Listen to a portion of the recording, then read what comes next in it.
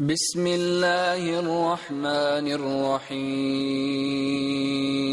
لا يستوي أصحاب النار وأصحاب الجنة أصحاب الجنة هم الفائزون.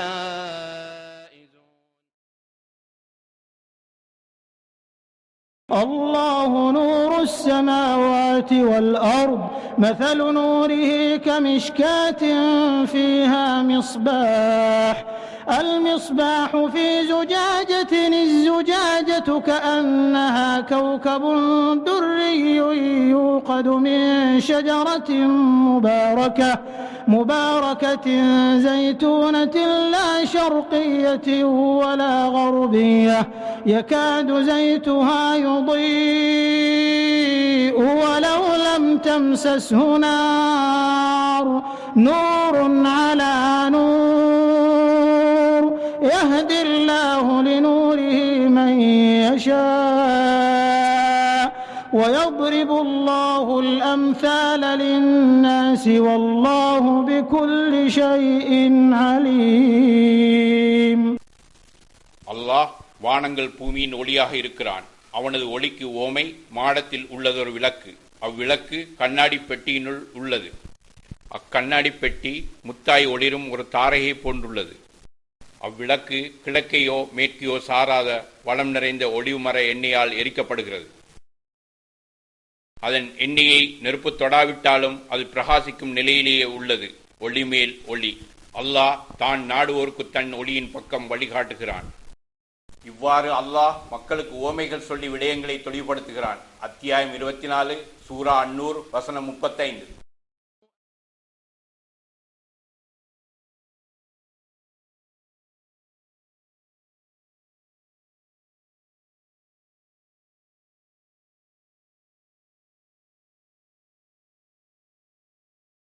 أنزلنا هذا القرآن على جبل لرأيته خاشعا متصدعا من خشية الله وتلك الأمثال نضربها للناس لعلهم يتفكرون. هو الله الذي لا إله إلا هو عالم الغيب والشهادة هو الرحمن الرحيم. هو الله الذي لا إله إلا هو الملك القدوس السلام المؤمن المهيمن العزيز الجبار المتكبر سبحان الله عما يشركون. هو الله الخالق البارئ المصور له الأسماء الحسنى يسبح له ما في السماوات والأرض وهو العزيز الحكيم. بسم الله الرحمن الرحيم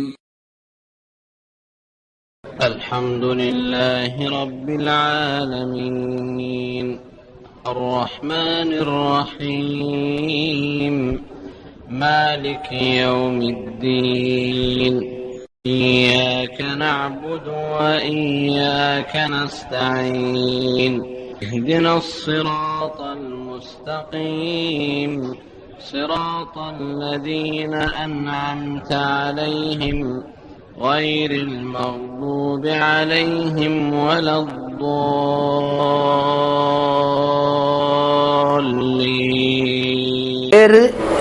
கருத்துகள் வரும். மாலிகண்டா சொந்தக்காரண்டு கருத்து, மாலிகண்டா சொந்தக்காரண்டு கருத்து, மலிகண்டா அரசன் என்று கருத்து, அரசன் என்று கருத்து.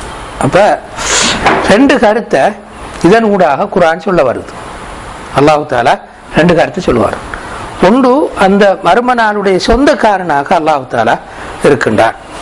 இரண்டாவது, அந்த மர்ம நாளுடைய அரசனாகவும் அல்லாஹ் தஆலா இருக்கிறான். அதாவது அல்லாஹ் அந்த மர்ம நாளை ஆளுகிறான். எப்படி ஆளுகிறான்? அதுக்கு சொந்தக்காரனாக இருந்து கொண்டு ஆளுகிறான். மர்ம நாளை அல்லாஹ் தஆலா ஆளுகின்றான். எப்படி ஆளுறான் என்றால் சொந்தக்காரனாக இருந்து கொண்டு ஆளுகிறான். சொந்தமில்லாத பொருள் மீது ஆட்சி செலுத்தும் போது அந்த ஆட்சியும் அதிகாரமும் கொஞ்சம் குறைவாகத்தான் இருக்கும். அந்த அதிகாரம், இந்த ஆட்சி குறைவாகத்தான் இருக்கும். சொந்த பொருட்கள் மீதே ஆட்சி செலுத்தும் போது, அதிகாரம் செலுத்தும் போது அது எல்லை இல்லாத அதிகாரமாக மாறும், எல்லையற்ற அதிகாரமாக மாறும். அந்த வகையில தான் ரெண்டு கருத்தையும் கொடுக்கின்ற வகையில் சில நேரம் அரசன் தனது சொந்தம் இல்லாத பொருள் மீது ஆட்சி செய்யலாம். சொந்தக்காரன் நாக இருக்கேலும் ஒரு பொருளுக்கு ஆட்சி இன்னொரு ஆண்ட கையில் இருக்கேலும். ரெண்டு கருத்தையும் சேர்த்து தான் அல்லாஹ் மர்ம நாள்ட சொந்தக்காரனாகவும் இருக்கிறான், ஆளக்கூடியவனாகவும் இருக்கிறான். ரெண்டு கருத்தையும் இந்த ரெண்டு கிராத்தினூடாக இந்த சூரா எங்களுக்கு தரும். மாலிகி யௌமித்தீன், மலிகி யௌமித்தீன், இந்த ரெண்டு கிராத்தினூடாக தரும். எனவே இதை ரெண்டு மாதிரி மொழிபெயர்க்கலாம். ஒன்று மறுமை நாளின் சொந்தக்காரன், இன்னொன்று மறுமை நாளுடைய அரசு அதிபதி என்று நாங்கள் ரெண்டு மாதிரி மொழிபெயர்க்கலாம். நான் சொன்ன ஏற்கனவே சொன்ன கருத்துக்களுக்கு அப்படியே தொடர்ந்து வாங்கும். நாங்கள் சொன்னோம் இந்த சூறா மனிதனுடைய குரலாக இருக்கிறது. மனிதனுக்கு என்ன இயல்பாக தோன்றும், அவன் உலகத்தை பார்க்குற நேரம், இந்த பிரபஞ்சத்தை பார்க்குற நேரம் அவனுக்கு என்ன உணர்வு தோன்றும், அந்த உணர்வுகளோட வெளிப்பாடாகத்தான் இந்த சூறாவுடைய வசனங்கள் அமைந்திருக்கிறான்னு நாங்கள் சொன்னோம். இப்போ நான் அந்த கருத்தை விளங்கப்படுத்துவதற்கு இந்த சூடானில் வாழ்ந்த ஒரு பெரிய ஒரு விஞ்ஞானி, இவர் மஹஜூப் உபைத்தாக கொஞ்ச காலத்துக்கு முந்தைய மௌத்தா போனார். அவர் இந்த பௌதிகவியல் துறையில் ஒரு பெரிய ஒரு விஞ்ஞானியாக இருந்தவர். அவர் இந்த கருத்தை விளங்கப்படுத்தினார். இந்த சூறாவுக்கு அல்ல, பொதுவாக இந்த கருத்தை விளங்கப்படுத்தும் போது விஞ்ஞானிகளுக்கு வர மிக முக்கியமான 3 கேள்விகள், பதில் சொல்ல முடியாத அல்லது பதில் சொல்வதற்கு மிகவும் சிக்கலான, இன்னொரு மாதிரி சொன்னால் மனிதனை அல்லாஹ்விடத்தில் கொண்டு சேர்க்கின்ற 3 அடிப்படை கேள்விகளை சொல்வார். ஒரு கேள்வி, பிரபஞ்சம் என்று சொன்னால் ஒரு பெரிய சக்தி, பெரிய ஒரு சக்தி தான் பிரபஞ்சம் நாங்கள் சொல்லுவோம். உதாரணத்துக்கு சொல்லுவோம், இப்போ எங்கட சூரியன் இருக்கிறது.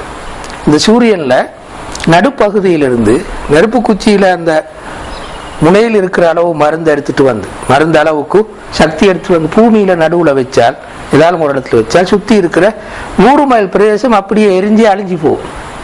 நெருப்பு குச்சி அளவு துண்டு எடுத்துட்டு வந்தால் அதே சூரியன் இருக்கிற ஒரு மிக அற்ப சக்தி. முழு சூரியனும் எப்படி சக்தி கொண்டதாக இருக்கும்? பிரபஞ்சத்தில் கோடிக்கணக்கான சூரியன்கள் இருக்குது, இந்த சூரியனை விட பெருசு. அதெல்லாம் எவ்வளவு பெரிய சக்திகள் படைத்ததாக இருக்கும் என்றால் அப்படியான ஒரு பெரும் சக்தி தான் பிரபஞ்சம். அந்த சக்தி எங்கிருந்து வந்தது இந்த கேள்வியை கேட்டால், எங்கிருந்து இந்த சக்தி எல்லாம் வந்து சேர்ந்தது என்று கேள்வி கேட்டால், இதற்கு பதில் தேட போனால் கண்டிப்பாக அல்லாஹ்விடத்தில் போய் சேரும். கண்டிப்பாக இதற்கு பின்னால ஒரு அறிவு, மிகப்பெரிய சக்தி படைத்தவன் ஒருவன் இருக்க வேண்டும் முடிவுக்குத்தான் வந்து சேரும். அதை கடைசியாக இந்த பிரபஞ்சம் எப்படி தோன்றியது என்ற ஆய்வுல கடைசி தியரி பிக் பேங் தியரி, அதாவது பாரிய வெடிப்பு கொள்கை என்ற தியரி. அந்த தியரியினூடாக பழைய கொள்கைகள் எல்லாம் சேர்ந்து அழிச்சு போயிட்டு, உலகம் இருக்கிற எந்த பொருட்களும் அழியவும் மாட்டாது, படைக்கவும் மேலாண்டு முந்தி ஒரு கொள்கையை சொல்லி இருந்தார். அதெல்லாம் இந்த பிக் பேங் தியரியோடு உடைஞ்சு போயிட்டு, நிறைய விஞ்ஞானிகள் தவிர்க்க முடியாமல் இந்த உலகத்துக்கு ஆரம்பம் ஒன்று இருக்கிறது, எப்ப தோன்றியது இந்த உலகம், எப்ப எங்க போய் முடியும் என்றதை நாங்கள் ஒரு அளவுக்கு கெஸ் பண்ணலாம், சொல்லலாம் என்ற அளவுக்கு முடிவுக்கு வந்தாங்க. எனவே கடைசியாக மனிதனை எங்க இருந்து இந்த சக்தி எல்லாம் வந்து சேர்ந்தது, அல்லாஹ்விடத்துல போய் சேர வேண்டிய நிலையை ஏற்படுத்து. 2வது, இந்த உலகத்தில் இருக்கிற பொருட்கள் எல்லாம் இணைந்து இயங்குவதற்கு சட்டங்கள் இருக்கு, நுணுக்கமான பௌதிகவியல் சட்டங்கள் இருக்கு. சட்டங்கள் எங்கிருந்து வந்தது?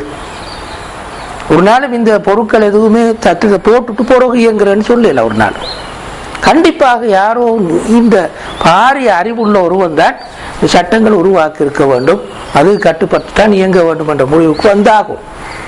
இது 2வது கேள்வி. 3வது கேள்வி, இந்த சட்டங்களின் விளைவாக அல்லது ஒவ்வொரு பொருளும் ஒன்றோடொன்று இணைந்து இயங்குவதன் ஊடாக அல்லது மனித இயக்கத்தின் ஊடாக தொடர்ந்து இந்த பூமி மனித வாழ்க்கை வளர்ந்து கொண்டே போகுது. 100 வருஷங்களுக்கு முந்தி இருந்த மனுஷனுக்கும் இன்றைய இருக்கிற மனுஷனுக்கும் எல்லாம் இருக்கிற வளர்ச்சி எங்களுக்கு தெரியும், ஒரு பாரிய வளர்ச்சியை கண்டான். இந்த வளர்ச்சியெல்லாம் கடைசியாக எங்க போய் சேரும்? கடைசியா எங்க போய் சேரும் என்ற கேள்வியை கேட்டாலும் கண்டிப்பாக மனிதன் அல்லாஹ்விடத்துல போய் சேருவான் என்ற முடிவுக்கு தான் கடைசியாக வரும். இந்த 3 அடிப்படை கேள்விகளும் இன்றைக்கு மட்டுமல்ல, அந்த காலத்திலிருந்தே மனிதன் கேட்டு வர கேள்விகள். அந்த கேள்விகளுக்கு பதிலாகத்தான் நான் இங்கே ஏற்கனவே சொன்னது போல அல்ஹம்துலில்லாஹி ரப்பில் ஆலமீன், அர் ரஹ்மான் ரஹீம், மாலிகி யௌமித்தீன் என்ற இந்த 3 வசனங்களும் அமைந்திருக்கிறது. எப்படி இந்த பிரபஞ்சம் தோன்றியது? அல்லாஹ்வினால், அவனுக்கே அனைத்து புகழும் உண்டாகட்டும். அவன்தான் இந்த உலகத்தின் சொந்தக்காரனாகவும் பரிபாலிப்பவனாகவும் இருக்கிறான். இந்த எல்லா பரிபாலனத்துக்கும் அடிப்படையாக இருப்பது போஷிப்பதற்கு அடிப்படையாக இருப்பது அருள் பண்பு, இரக்கம் என்ற பண்பு. பிறகு எங்க போய் முடியும் மனுஷன் வாழ்க்கை? அது ஒரு விசாரணையில போய் முடியும், நிரந்தரமான ஒரு வாழ்க்கையாக போய் முடியும்.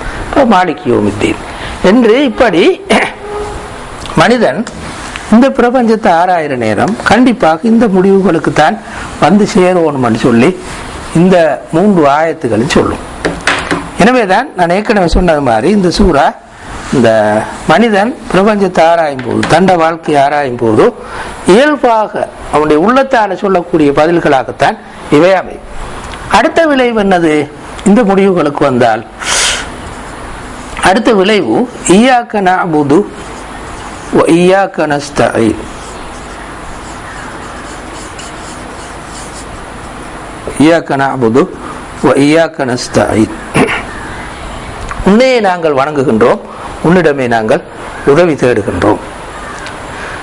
அப்ப நான் ஏற்கனவே சொன்னது போல பழைய வசனங்கள் அப்படியே எடுத்துக்கொண்டு வந்தார். அல்லாஹ் தான் இந்த உலகத்தை படைத்தான், நிர்வகிக்கிறான், பரிபாலிக்கின்றான், அன்போடு வரலோடு பரிபாலிக்கிறான். திரும்பி மீண்டும் அல்லாஹ்விடத்தில் நான் போகணும். ஒரு விசாரணையின் பிறகு அது ஒரு நிரந்தர வாழ்க்கையாக, இன்பமான வாழ்க்கையாக அல்லது துன்பமான வாழ்க்கையாக முடிவடையும் என்ற முடிவுக்கு வந்தால் விளைவு தர்க்க ரீதியான விளைவாக மனிதன் சொல்வான், யா அல்லாஹ், உன்னையே நான் உனக்குத்தான் நான் அடிமைப்பட்டேன், நீதான் முழுக்க இந்த உலகத்தை எல்லாம் படைத்து பரிபாலிப்பனாக இருந்தால் உன்னை தவிர உதவி தேடுவதற்கு வேறு யாரும் கிடையாது என்றுதான் இயல்பாக மனிதன் சொல்வான். அந்த கருத்தை தான் இது இந்த வசனம் சொல்றது.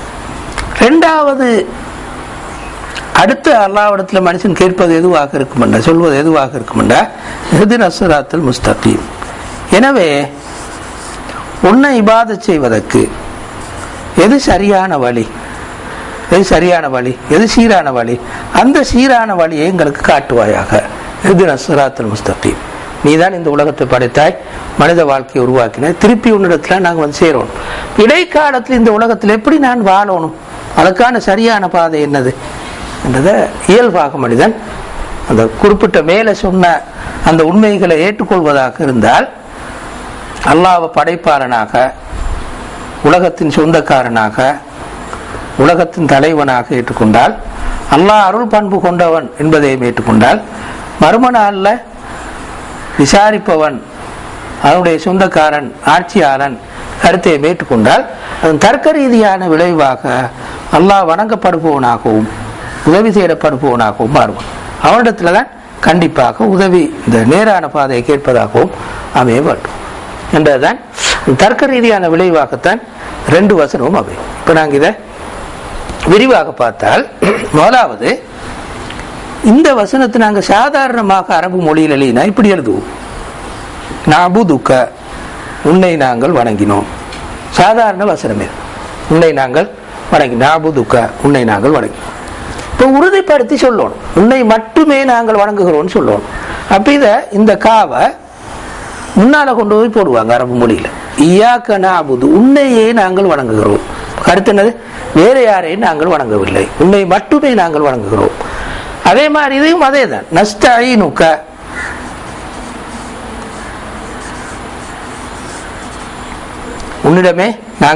உன்னிடம் நாங்கள் உதவி தேடுகிறோம். சாதாரண வசனம், நஸ்தஈனுக, உன்னிடம் நாங்கள் உதவி தேடுகிறோம். இதை உன்னிடம் மட்டுமே உதவி தேடுகிறோம் சொல்லணும்டா. அதே மாதிரி இந்த காஃபை முன்னுக்கு கொண்டு போய் போடுவோம், இய்யாக நஸ்தஈன், உன்னிடம் மட்டுமே நாங்கள் உதவி தேடுகிறோம்.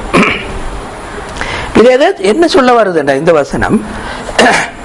இந்த கலிமாவை சொல்லு, லா இலாஹ இல்லல்லாஹ், அல்லாஹ்வை தவிர வேறு கடவுள் கிடையாது, உன்னை மட்டுமே நாங்கள் வணங்குகிறோம், உன்னிடம் மட்டுமே நாங்கள் உதவி தருகிறோம். இந்த 2 வழியால தான் கடவுள் வரையில் இபாதத்தால இஸ்திஆனத்தால உதவி தேடுவதனால, இந்த 2 வழியூடாகத்தான் வரையில் மனிதன் மனிதர்களுடைய இயல்பிலே இருக்கிறது இந்த கைபுக்கு, மறைவானதுக்கு பயப்படுற விஷயம். நோய் வந்தா என்ன மட்டும் டாக்டர்ஸ்ட் எடுத்து பார்த்து மருந்து, கடைசியாக வேறொரு ஒழுங்கை பின்பற்றுவான், கைபான ஒரு ஒழுங்கை பின்பற்றுவான். கபர் அடி போடுறது, அல்லது சாஸ்திரம் பார்க்கறது, அல்லது சூனியம் செஞ்சான்னு பார்க்கறது, இப்படி மறைவான நம்புற போக்கு மனிதர்கிட்ட இயல்பாகவே இருக்கு. ஒரு பிரயாணம் போறோம்னா எல்லாத்தையும் செஞ்சு போட்டு கடைசியாக காணிக்கையும் வைப்பான். ஏன் அது காணிக்க வைக்கிற? அந்த ஏதாலும் இந்த பௌதீக விதிகளுக்கு அப்பால் பட்டு ஏதாலும் நடக்கும். டிரைவர் நல்லா இருந்தாலும் சரி, பெட்ரோல் நல்லா இருந்தாலும் சரி, அந்த வாகனம் நல்லா இருந்தாலும் சரி, அதெல்லாம் மீறி என்ன ஒன்று நடக்கிறதுக்கு இடம் இருக்கு. அதிலிருந்து காப்பாற்றுறதுக்கு பௌதீக விதிகளுக்கு அப்பால் பட்ட ஒழுங்குல தான் காப்பாற்றப்படும் என்ற இந்த இயல்பு மனுஷன்ட்டு இருக்கு. அப்ப எனவே மனிதன் இயல்பாக நம்புகிறான் பௌதீக உலகத்துக்கு அப்பால் பட்ட ஒரு சக்தியும் உலகத்திலே இயங்கும். அவரிடத்தில் உதவி தேடுவது எனக்கு மிக முக்கியமானது சொல்லி மனுஷன் விரும்புகிறான். எனவேதான் அதன் ஊடாக இஸ்தியானத் வரையில் இந்த இன்னொரு கடவுள் நிலை வரையில் அல்லாஹ் விட்டு போட்டு கபர் வணக்கம் செய்தால் அல்லது வேறு அவரை கடவுளாக கொண்டதாக மாறும். அதே மாதிரி மனுஷன் இபாதத் இல்லாத மனுஷன் உலகத்தில் இல்லை. எதையாவது ஒன்றை வணங்குவான். ஏதாவது ஒன்றுக்கு அடிமைப்பட்டுதான் மனுஷன் வாழும். அதாவது இந்த கோயிலும் பள்ளியும் பன்சிலையும் அல்லது இந்த மாதிரி வணக்க ஸ்தலங்கள் இல்லாத எந்த நாகரிகமும் உலகத்தில் கிடையாது. எனவே மனிதன் இயல்பாக இந்த வணக்க பண்பு கொண்டவன். விதிவிலக்காக யாரோ 1-2 பேர் மட்டும்தான் அதில் பிஞ்சு. எனவே இப்போ மனிதர்களுக்கு இடையில் இருக்கிற வேறுபாடு, அல்லாஹ் மட்டும் வணங்குறானா, அல்லாஹ்வையும் இன்னும் பலரையும் வணங்குறான் என்ற நாஸ்திகவாதியாக இருப்பவர்கள் மிச்சம் குறம். அதனால தான் குர்ஆன் சூரத்து யூசுஃப்ல வமா யுமினு அக்ஸருஹும் இல்லா வஹும் முஷ்ரிகூன், அவர்கள் அதிகமானவர்கள் ஷிர்க் வைத்துக் கொண்டே வணங்குகிறார்கள் என்று குர்ஆன் சொல்லும். எனவே வணங்காமல் இருப்பவர்களும் வணங்குபவர்களும் அல்ல, ஷிர்க் வைத்து வணங்குபவர்களும் வணங்குபவர்கள், இந்த 2 குரூப் தான் உலகத்தில் மிச்சம் கூட இருக்கு. அந்த கருத்து தான் இங்க சொல்லுதோ, அல்லாஹ்வை மட்டுமே வணங்குகிறோம், உன்னை மட்டுமே நாங்கள் வணங்குகிறோம், உன்னிடம் மட்டுமே உதவி தருகிறோம். எனவே இந்த வசனம் இந்த லா இலாஹ இல்லல்லாஹ் என்ற இந்த கலிமாவுக்குரிய விளக்கமாகத்தான் அமைந்திருக்கிறேன்னு சொல்லி நாங்கள் சொல்லலாம். அடுத்தது இஸ்லாத்தை பொறுத்தவரையில் இந்த சொல் நஅபுது என்ற சொல் அப்துன் என்ற சொல்லிருந்து வந்தது, அடிமை என்ற சொல்லிருந்து வந்தது. இப்போ நாங்கள் வணக்கம் என்று மொழிபெயர்த்தாலும் நேரடியாக மொழிபெயர்த்தால் உனக்கே நாங்கள் அடிமைப்பட்டோம் என்று பொருள். உனக்கே நாங்கள் அடிமைப்பட்டோம் என்று பொருள்.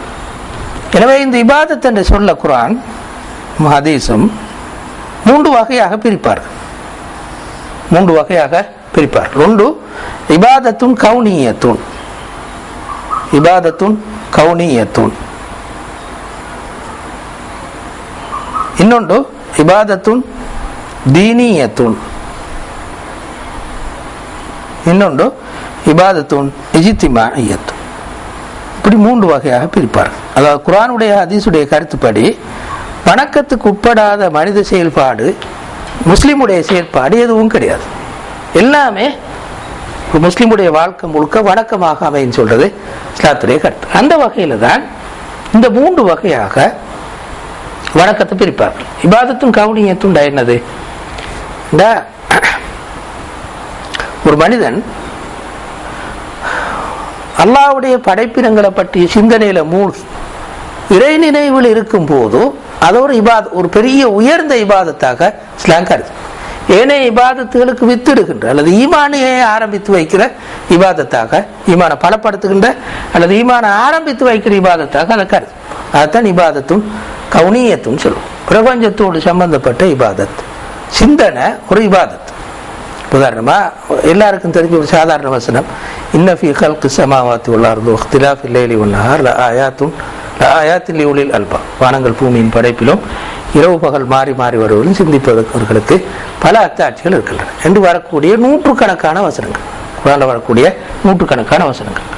அந்த வசனங்கள் எல்லாம் காட்டும் இந்த அல்லாஹ்வுடைய படைப்பினங்களை ஆய்ந்து அல்லாஹ் இறை நினைவுல திளைப்பது, அல்லாஹ்வை பற்றி எண்ணத்தில் வாழுவது, அது ஒரு பெரிய ஒரு வணக்கம்னு சொல்லி குர்ஆனுடைய ஹதீஸுடைய வசனங்கள் நிறைய காட்டும். எனவேதான் அந்த வசனம் இறங்கிய போது ரசூலுல்லாஹ் சொன்ன ஒரு வார்த்தை, வயலுன் லிமன் லாக்கஹா பைன லஹ்யைஹி வலம் யதஃபக்கர் ஃபீ மஆனிஹா, யார் அந்த வசனங்களை நாவினால உச்சரித்து அது பற்றி சிந்திக்கவில்லையோ அவர்கள் நாசம் அடையட்டும் என்று ரசூலுல்லாஹ் சொன்னார்கள். எனவே அது ஒரு சுன்னத்தான வணக்கமாக மட்டுமல்ல, அது ஒரு கடமையாகவும் ரசூலுல்லாஹி ஸல்லல்லாஹு அலைஹி வஸல்லம் சொல்லி காட்டுகிறார். எனவே அது ஒரு இபாதத்தாக நாங்கள் சொல்றோம். 2வது இபாதத்துன் தீனிய, மார்க்க வணக்க வழிபாடுகள். அது எங்க எல்லாருக்கும் தெரியும். தொழுகை, நோம்பு, ஹஜ்ஜி, இந்த மாதிரியான வணக்கங்கள். மூணாவது இபாதத்தும் இஜ்திமாஇய்யா, சமூக வாழ்க்கையோடு சம்பந்தப்பட்ட செயற்பாடுகள். சாப்பிடுவது, குடிப்பது போன்ற சாதாரண விஷயங்களாக இருக்கலாம். படிப்பது, படித்து கொடுப்பது, வியாபாரம் செய்வது போன்ற விஷயங்களாக இருக்கலாம். குர்ஆனுடைய வசனங்கள் இந்த மனிதனுடைய சமூக வாழ்க்கையை சட்டங்களாக ஒழுங்குபடுத்தி இருக்கு. நிறைய குர்ஆன் வசனங்கள் அதை சொல்லும். ஒரு சூரத்துல் பக்கராவை எடுத்தாலும் கூட அந்த வகையான சட்டங்கள் நிறைய காணலாம். எனவே அல்லாஹ்வுடைய அந்த சட்டங்களுக்கு ஏற்ப தன்னுடைய சமூக வாழ்க்கையை அமைத்துக் கொள்ளும் போது அது ஒரு பெரிய ஒரு வணக்கமாக மாறும். உதாரணத்துக்கு நான் ஒரு ஹதீஸை சொல்றேன். அஸ்ஸாஇ அலல் அர்மலத்தி வல் மிஸ்கீன்,